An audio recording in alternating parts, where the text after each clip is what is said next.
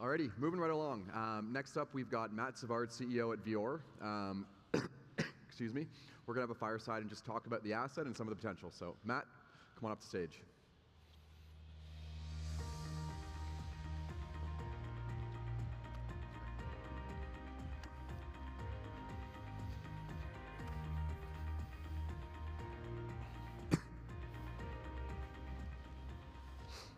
Alrighty, thanks for sitting down. Thanks for doing this.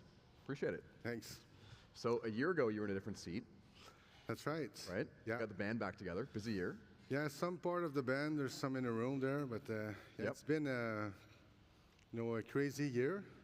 Out of October, who would have thought that we would be looking for a job early in the year? But we took a few months off, and then we considered options. And it became obvious for us that we wanted to do it again, and VIOR seems like the right vehicle to do it again. Fantastic land package in the heart of the Abitibi, and pre-discovery stage. This is where we wanted to be to create. Do you have the most impact on the shareholder return? So we're pretty happy with the decision. It's been a little bit more than 4 months. And I didn't come along, or VPX, Pascal, that used to be VPX at Osisko came on board, and we're just getting started. Fantastic. And you don't like sitting still, so. Yeah, we get bored after a few months of just thinking what is going to be the next project, so let's do it. And Fantastic. So can you kind of walk the audience through, just to kind of set the stage and give a bit of perspective, VIOR's assets, Belleterre, and kind of what attracted you, and if there's any similarities or differences to the old Windfall? So we really identify Belleterre as a place where we don't believe that the potential has been tested by any means. When we start looking at it, we realized there was a former high-grade gold producer that was in production in the 30s, from the 30s to the 60s. And then we realized, looking at all the data available, that 90% of all the drilling performed in the entire district did not went below 200, 250 meters. So when you think about Abitibi, we all know that those systems are quite well rooted. Some deposit goes down to 3.5 kilometers. And that gives a lot of space in the three-dimensional to do a discovery. And then after, we look at what has been done, and it's always the same thing. Without consolidation, everyone works their small post stamp without applying a systematic view on it. So the fact that VIOR was able to consolidate, and it's that much more difficult to raise capital on smaller postage stamps as well. Exactly. Right? So we can apply a systematic approach and expose VIOR shareholder to more upside and discovery. So we got really excited about it, and it's in the backyard of Val-d'Or, right? It's only 100 kilometers south, so cost of drilling over there, it's around $160 all in Canadian. So you can drill almost 2 meters for the cost of one. So it's a great place to be.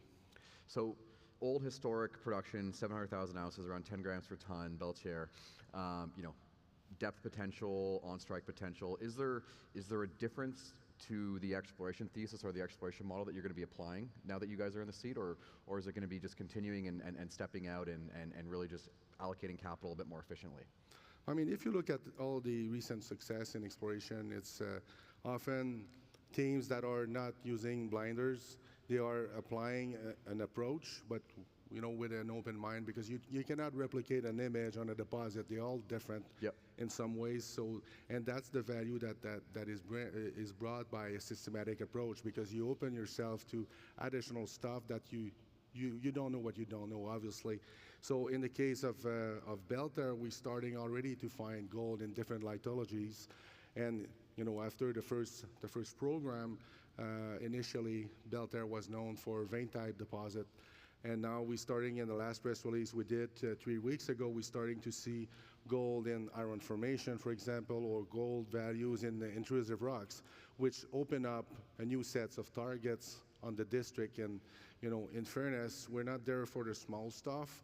We want to position ourselves as discovering another world-class asset. We're kind of getting addicted to it, and we want to do it again. So. Addictive stuff. Being in the seat for 3 or 4 months now, do you think the team has a good understanding of mineralization controls? And for any geologists in the room, do you think they have, or do you think the team has a good understanding of what's controlling mineralization and the vectors that you're looking for in terms of applying capital more efficiently into the summer and into the future? Well, I think they do, but and we know what we're looking for. But the reality is, it's a work in progress. As we're getting more information and data, again, it's a district that has been overlooked for years, so we're still catching up on the understanding. But what we're starting to realize is, and this is where we're focusing, we pivot for the more fragile environment towards a more ductile environment where, bigger deposits occur. So in the mine trend, for example, we did a pass underneath the former mine with mitigated result. The grade were there, but the thickness were a bit lacking, not to our taste with regards to our objective. So we moving towards the more ductile environment on the west portion of the mine trend. And this summer, pending permits, we're going to drill a structure parallel to the south that exhibits more ductile environment, stronger alteration pattern with high-grade gold evidence at surface. So we're quite excited about that target that we're going to test this summer. As well, we're going to test also towards the east of the package, the contact between the Pontiac and the belt itself. A reminder, Canadian Arctic sits on the Pontiac, right. So, and that area has never been properly explored either. So we want to expose our shareholder to really grassroots targets, and we believe we can create that value. But we're not going to stop there.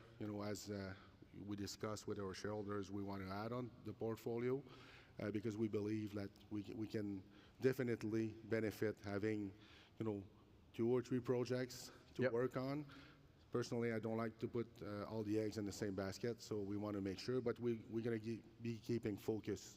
We're going to be really active, probably adding another 50,000 meters in Belleterre in the second half of the year, and I do believe that by December we should have a pretty good idea if we're on to our objective of 3 to 5 million ounces. Fantastic.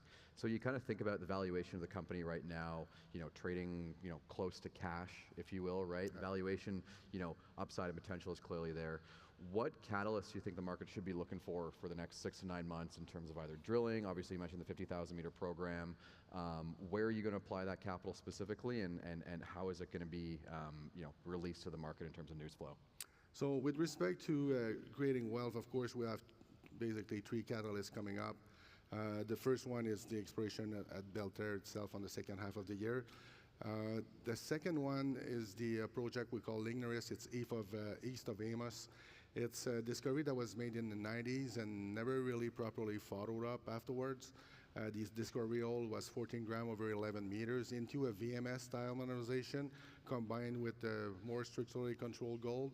So we're going to give it another shot probably in the fall, or probably it's going to overlap in the new year.